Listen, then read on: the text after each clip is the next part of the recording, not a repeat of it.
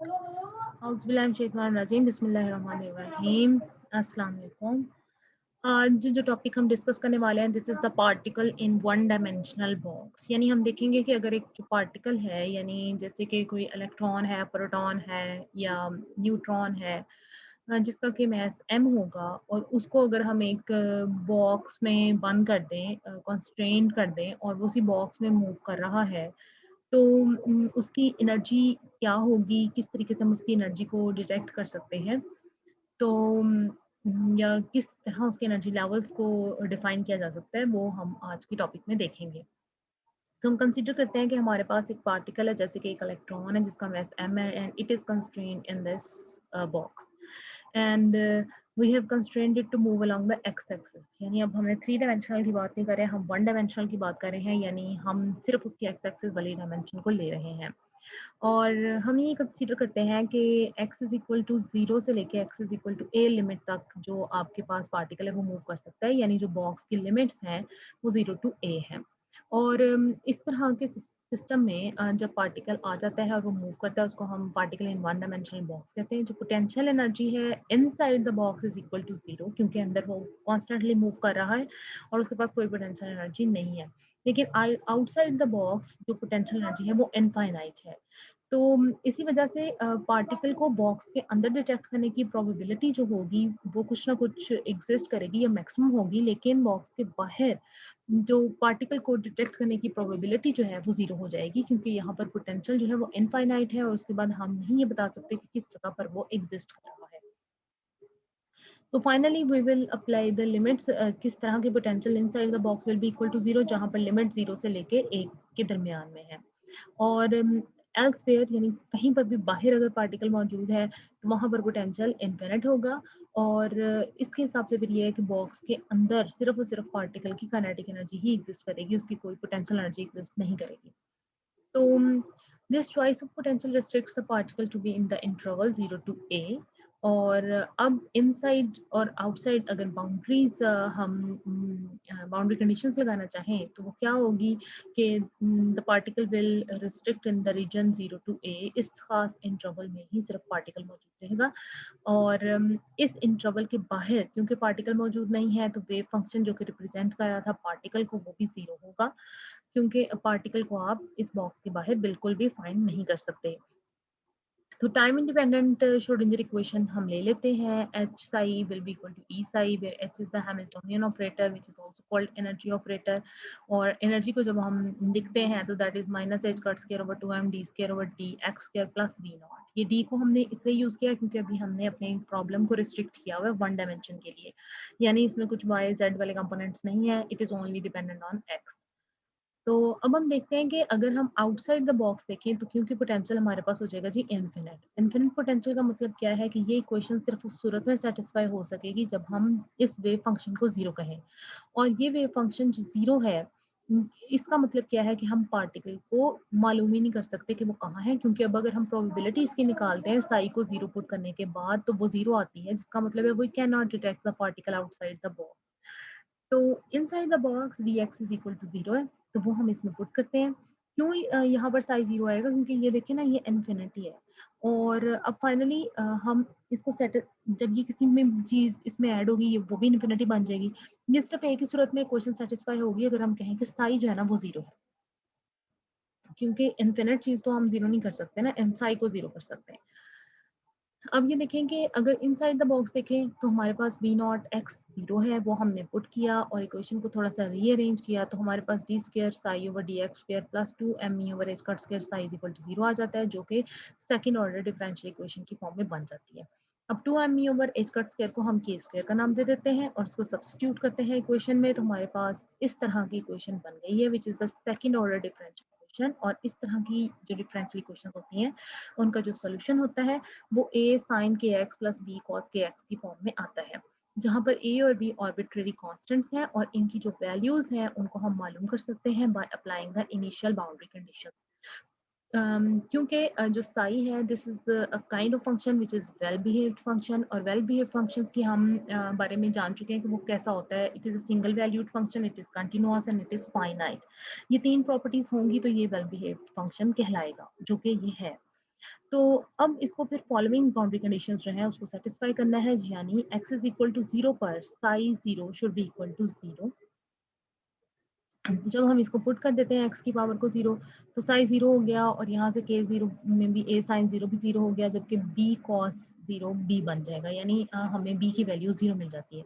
जब हम b की वैल्यू को 0 पुट कर देते हैं इस इक्वेशन में, तो हमें मिलता है psi x is equal to a sine kx। अच्छा जी, अब हम सेकंड बाउंड्री कंडीशन पुट करते हैं, that is x is equal to a, और psi a will also give us 0। 0 के बराबर ही हमें रिजल्ट देगा, क्योंकि ये सिंगल वैल्यूड है, इसकी हर जगह पर वैल्यू एक ही रहने वाली है। तो a साइन के a will be equal to 0 के बराबर आ जाएगा, क्योंकि x को हमने पुट किया है। अब a अगर 0 होता है, अगर अब इस इक्वेशन का मतलब है या तो ये a 0 है या ये साइन के a 0 है। a अगर 0 होता है तो इसका मतलब है कि पार्टिकल कहीं पर प्रेजेंट नहीं है, जो कि ट्रू नहीं है, पार्टिकल प्रेजेंट है। A is the amplitude of the particle, जबकि साइन के ए 0 हो सकता है। ये 0 किस तरह हो सकता है कि अगर हम साइन इनवर्स 0 लें तो वो हमें एन पाई देगा, यानी K A will be equal to N pi. N की वैल्यू यहाँ पर 0 1 2 3 4 5 कुछ भी हो सकती है, और प्लस माइनस दोनों वैल्यूज एग्जिस्ट कर सकती हैं। हम यहाँ से K is equal to N pi over A आ जाता है, स्क्वायर करते हैं तो N square pi square over A square आ जाता है। और ये फंक्शन जो है यहाँ से जो वन डायमेंशनल बॉक्स का वेव फंक्शन हम डिफाइन कर सकते हैं, क्योंकि हमारे पास है psi is equal to a sine k x. यहाँ पर हम के की वैल्यू पुट कर देते हैं, that is N pi over A. तो ये हमारे पास wave function one dimensional box का आ जाता है। और अब अगर हम यहाँ पर इस इक्वेशन नंबर 2 से के स्क्वायर की वैल्यू को इक्वेशन नंबर 1 में के स्क्वायर की वैल्यू से कंपेयर करें, तो हमारे पास N square pi square over A square will be equal to 2 M E over A square आ जाएगा। और इनको जब हम सॉर्ट आउट करते हैं, थोड़ा रीअरेंज करते हैं, तो e n will be equal to n square h square over 8 M A square. H cut को हमने एच ओवर 2 पाई की फॉर्म में लिख दिया है, यानी ये जब ऊपर जाएगा 4 बन के चला जाएगा और 8 पाई एम बन जाएगा, और सेकंड साइड पर आकर ये n square h square over 8 M A square हो जाएगा। अब n की वैल्यू को 1 पुट करेंगे तो हमारे पास ये रिजल्ट आएगा, 2 पुट करेंगे तो 4 की फॉर्म में आएगा, 3 पुट करेंगे तो 9 की फॉर्म में आएगा, और सो ऑन ऐसे चलता रहेगा। यानी जो पार्टिकल है वन डायमेंशनल बॉक्स में, उसकी सिर्फ कुछ खास डिस्क्रीट वैल्यूज ही एनर्जी की एग्जिस्ट करेंगी, जिसका मतलब है कि जब पार्टिकल बाउंड होता है तो फिर उसमें क्वांटाइजेशन होती है, और क्वांटाइजेशन का मतलब क्या है कि हर एक खास एनर्जी लेवल होते हैं, पार्टिकल का कुछ खास लेवल्स में ही वो एग्जिस्ट कर सकता है, हर जगह पर नहीं हो सकता, यानी अब वो कंटिन्यूअस नहीं है, वो क्वांटाइज्ड है। और यहाँ पर एन जो है वो फिर क्वांटम नंबर कहलाता है। 0 पॉइंट एनर्जी हमारे पास यहाँ पर कौन सी होगी, वो एनर्जी जो लोएस्ट एनर्जी है। एन को 0 पुट करेंगे तो ई एन तो 0 हो जाएगा, तो वो हमारे पास केस है ही नहीं है। एन को 1 पुट करने से जो लोएस्ट एनर्जी हमें मिलती है वो 0 नहीं है, वो आती है आपके पास H square over 8 M A square, और इसी को हम रेस्ट एनर्जी कहते हैं या फिर 0 पॉइंट एनर्जी कहते हैं। कि 0 भी पुट करने पर हमारे पास 0 केल्विन पर भी पार्टिकल जो है एट रेस्ट नहीं है, उसकी कुछ ना कुछ काइनेटिक एनर्जी एग्जिस्ट कर रही है, जिसको आप 0 पॉइंट एनर्जी या ग्राउंड लेवल एनर्जी कह रहे हैं। अब हम मालूम करना चाह रहे हैं ए की वैल्यू, तो उसके लिए कि what will be the value of the amplitude. तो उसके लिए हमें क्या करना पड़ेगा, हमें नॉर्मलाइज करना पड़ेगा इस वेव फंक्शन को। नॉर्मलाइजेशन के लिए हम क्या करते हैं, हम लेते हैं जी formula integral in minus infinity to infinity psi into psi star which is the conjugate D X is equal to 1। ये नॉर्मलाइजेशन कंडीशन हमने लगाई है, ए साइन के एक्स और ए साइन के एक्स की फॉर्म में आया, फिर ये स्क्वेयरिंग हो जाती है और ए स्क्वायर बाहर आ जाता है, 1 minus cos 2 k x over 2 की फॉर्म में साइन स्क्वायर एक्स को हम ओपन कर लेते हैं। और जब इसको इंटीग्रेट करते हैं तो अब इंटीग्रेशन भी हमारे पास माइनस इंफिनिटी टू इंफिनिटी से की बजाय 0 से ए बाउंड्री कंडीशंस में अप्लाई होती है। सॉल्व करने के बाद जो रिजल्ट हमें मिलता है that is a square over 2 A minus 1 over 2 के साइन 2 के ए इज इक्वल टू 1, क्योंकि d x will give you x cos 2 k x will give you sine 2 k x over 2 के। और बाउंड्री कंडीशन अप्लाई करने के बाद आपके पास आ जाता है a माइनस 1 ओवर 2 के साइन 2 के ए। अब k की value n pi over a हम पुट कर देते हैं इसमें साइन वाली स्पेसिफिक फॉर्म में, तो जब उसमें पुट करते हैं तो वी गेट 2 n पाई।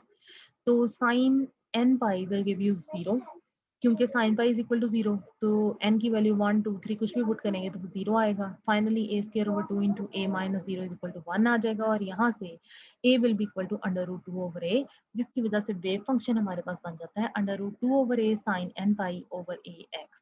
तो ये क्वांटम सोल्यूशन है of Schrodinger wave equation for a particle in one-dimensional box, which gives us some number of unexpected features. अब ग्राफिकल रिप्रेजेंटेशन हम इस वेव फंक्शन की देखते हैं।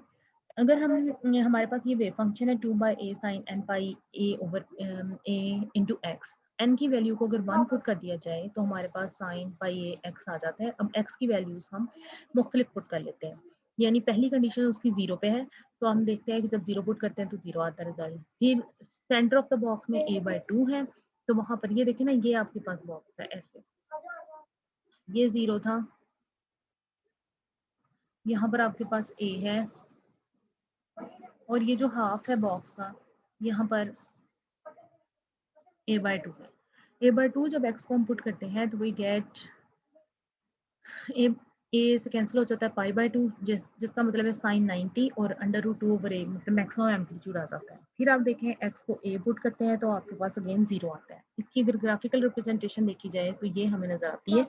कैन 1 है जहाँ पर पुट किया, तो वहाँ पर ये देखें कि जब x की वैल्यू 0 थी तो ये वेव फंक्शन भी 0 था, a बाई 2 थी तो वेव फंक्शन मैक्सिमम था, a बाई दोबारा a हुई है तो ये 0 हो गया है। इसी तरीके से हम x की वैल्यूज अब n इज इक्वल टू 2 के लिए पुट करते हैं।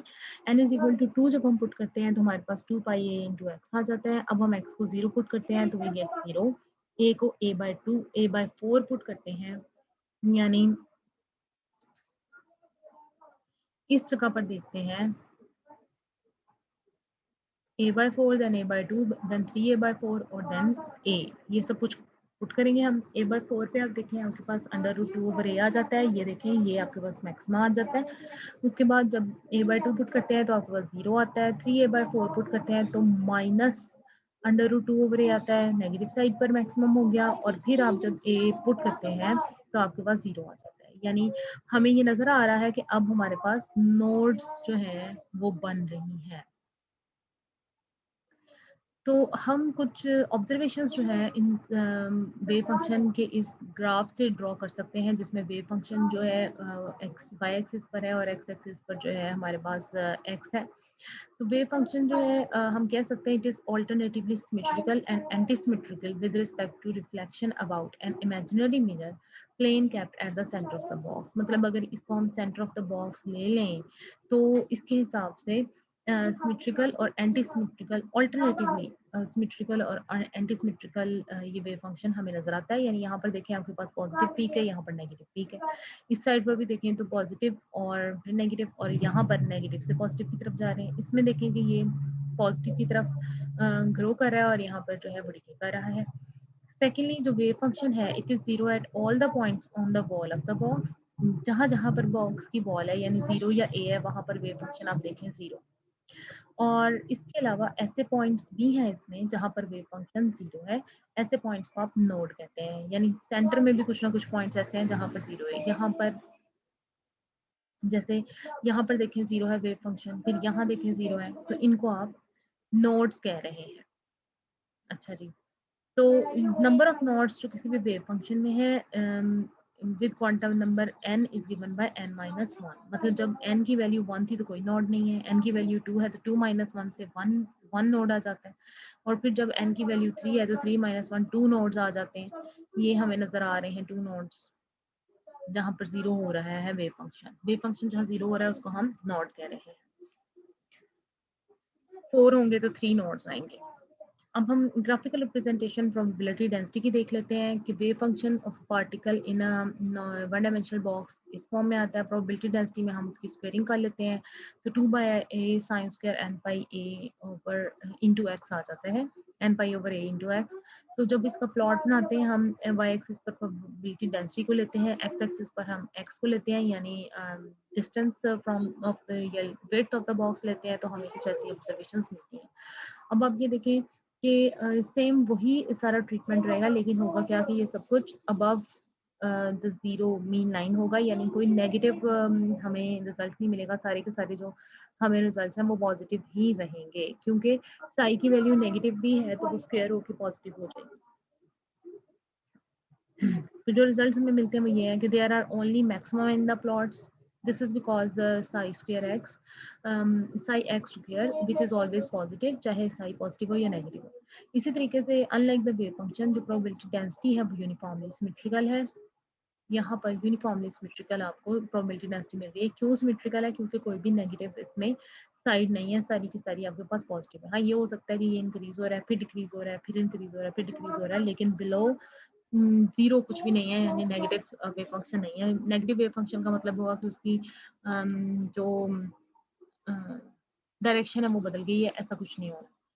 तो similarly n is equal to one state के लिए प्रोबेबिलिटी डेंसिटी मैक्सिमम है सेंटर ऑफ द बॉक्स पे, ये देखिए हमें नजर आ रही है।